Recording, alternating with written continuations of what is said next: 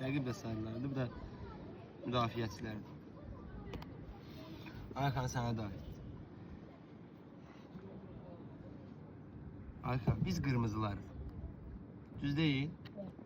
Hücumçu harda olmalıdır? Hə? Sonuncu müdafiəçi. Hücumçu olmalıdır qabaqda. Nəyə görə? Bizim əgər oyun, biz qırmızılarıq. Bizim oyuncular pas verəndə ya saxlasın, bir, açılsın və yaxud pas gəlir. Bizim komandamızda heç kim yoxdur. Müəyyən, maksimum 2 saniyə top saxlasın, 2 saniyə. Sənə top gələndə 2 saniyə itirmədinsə, top bizdədir.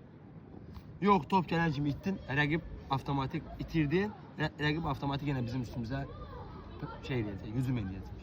Amma bu gələn topu sən 2 saniyə saxlasan, 2 saniyə topu kontrol edirlər, maksimum 3 saniyə. Saxladın, təzyiq öldü.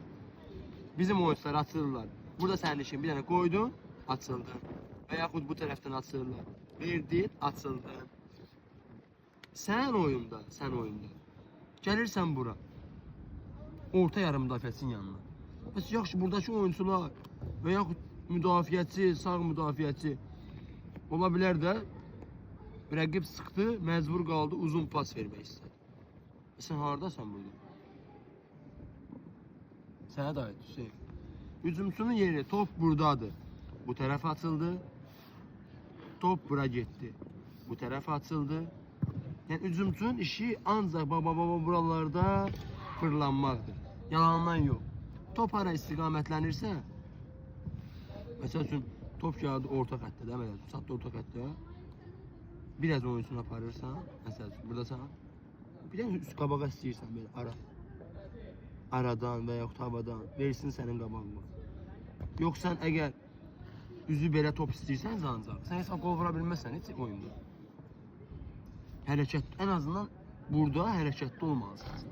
Başa düşürsən? Yəni yatım burada qalım ya da bura gedim. Lazım deyil heç kimə.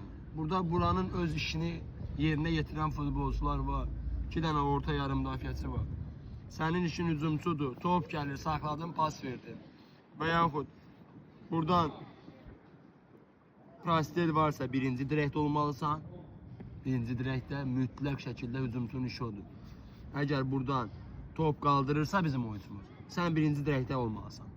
Başsan, ayaqla, dizlə mənə fərq yoxdur. Sən bu gəlib yatmırsan, burada? Hiss edirsən onu. Oyuncumuz atdı qası qaldırmaq, sən də girirsən ki,